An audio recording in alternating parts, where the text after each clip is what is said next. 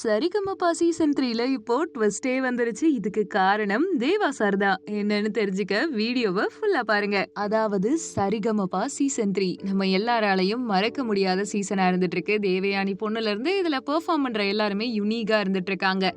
அந்த வகையில பாத்தீங்கன்னா போன வாரம் பவித்ராவுக்கு பயங்கரமான சறுக்கலா இருந்துச்சு. ஏன்னா அவங்கள எலிமினேட் பண்ற லெவலுக்கு போயிருந்தாங்க. டேஞ்சர் ஜோன்லயே இருந்துட்டு இருந்தாங்க.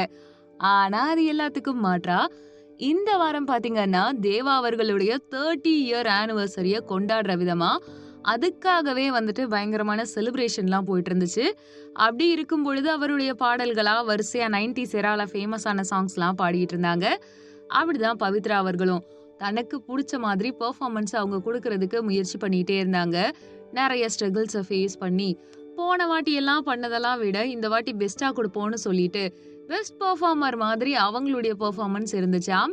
அதுக்காக சிங்கர் ஸ்ரீனி இருக்கார் இல்லையா, அவரு பவித்ராவோட குழந்தைய தூக்கி கொஞ்சினது மட்டும் இல்லாம இந்த வாரம் இந்த சீசன்ல இருக்கக்கூடிய எல்லாருமே மோஸ்ட்லி கோல்டன் பெர்ஃபார்மன்ஸ் வாங்கினாங்களாம். அதனாலவோ என்னவோ போன வாரம் வாங்கின எல்லா விதமான நெகட்டிவ் கமெண்ட்ஸுக்கும் பவித்ரா பெஸ்டா தன்னை ப்ரூவ் பண்ணிட்டாங்கன்னே சொல்லலாம். தேவா சாரும் பாராட்டியிருக்காரு. இந்த மாதிரியான வாய்ப்புகள் தான் ஒருத்தர் நம்ம யாரு அப்படின்றத புரிய வச்சிட்டு இருக்கு. சோ நீங்க இத பத்தி என்ன நினைக்கிறீங்கன்னு யோசிச்சு பாருங்களேன். ஏன்னா ஒரு சிங்கிங் ஷோ அப்படின்றது நிறைய பேருடைய திறமை, நிறைய பேருடைய ஆளுமை, வேற வேற பொருளாதார சூழ்நிலையில இருந்தாலும் இசை மேல இருக்க நாட்டம்னால நம்ம எல்லாரையுமே அந்த இடத்துல நிக்க வைக்குது.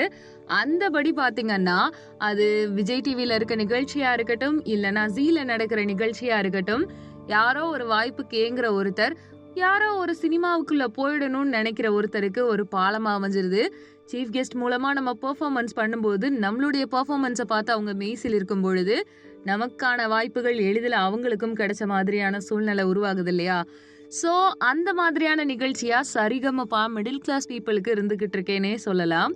ஸோ உங்களுடைய கருத்து என்னன்றதை கமெண்ட் பண்ணுங்க. நம்ம சேனலை லைக் பண்ணுங்க, ஷேர் பண்ணுங்க, சப்ஸ்கிரைப் பண்ணுங்க. சரிகமபால உங்களுக்கு பிடிச்ச கண்டஸ்டன்ட் யாருன்றதை கமெண்ட் பண்ணுங்க.